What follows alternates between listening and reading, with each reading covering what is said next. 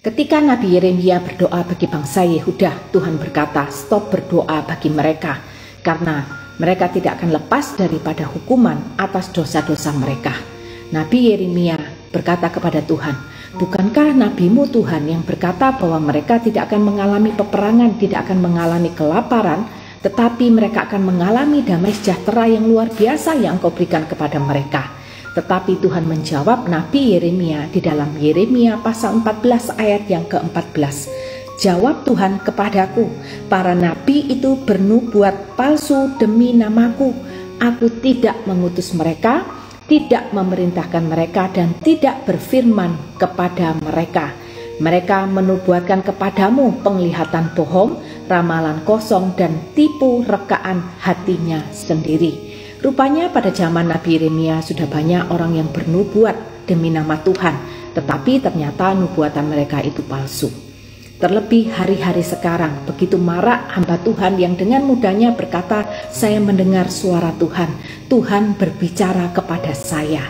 Saudara, jangan mengejar nubuatan, karena apabila yang kita dapatkan itu nubuatan palsu, itu akan menyusahkan diri kita sendiri. Satu hal yang perlu kita tahu, bahwa ketika kita hidup di dalam dosa, maka kita tidak akan menikmati yang namanya damai sejahtera.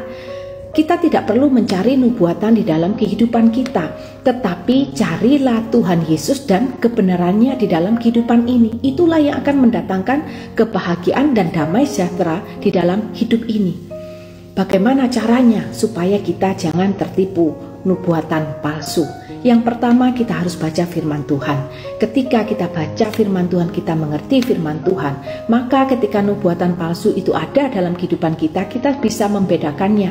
Apa yang tidak sesuai kebenaran firman sudah pasti itu adalah nubuatan yang palsu. Dan yang kedua, kita harus punya hubungan yang melekat dengan Tuhan, sehingga kita bisa membedakan roh.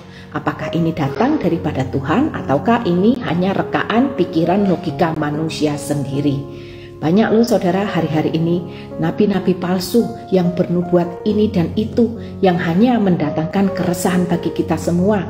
Dan juga banyak nabi palsu yang bernubuat hal-hal yang baik dalam kehidupan kita. Tentunya kita harus benar-benar memilah-milah, kita harus menguji apakah nubuatan itu benar atau tidak.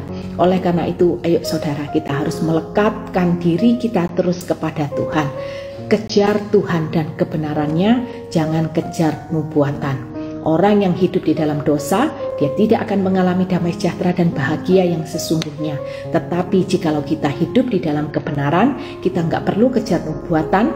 Tetapi saya percaya jika kita hidup di dalam kebenaran, damai sejahtera itu menjadi bagian orang percaya. Tuhan Yesus memberkati.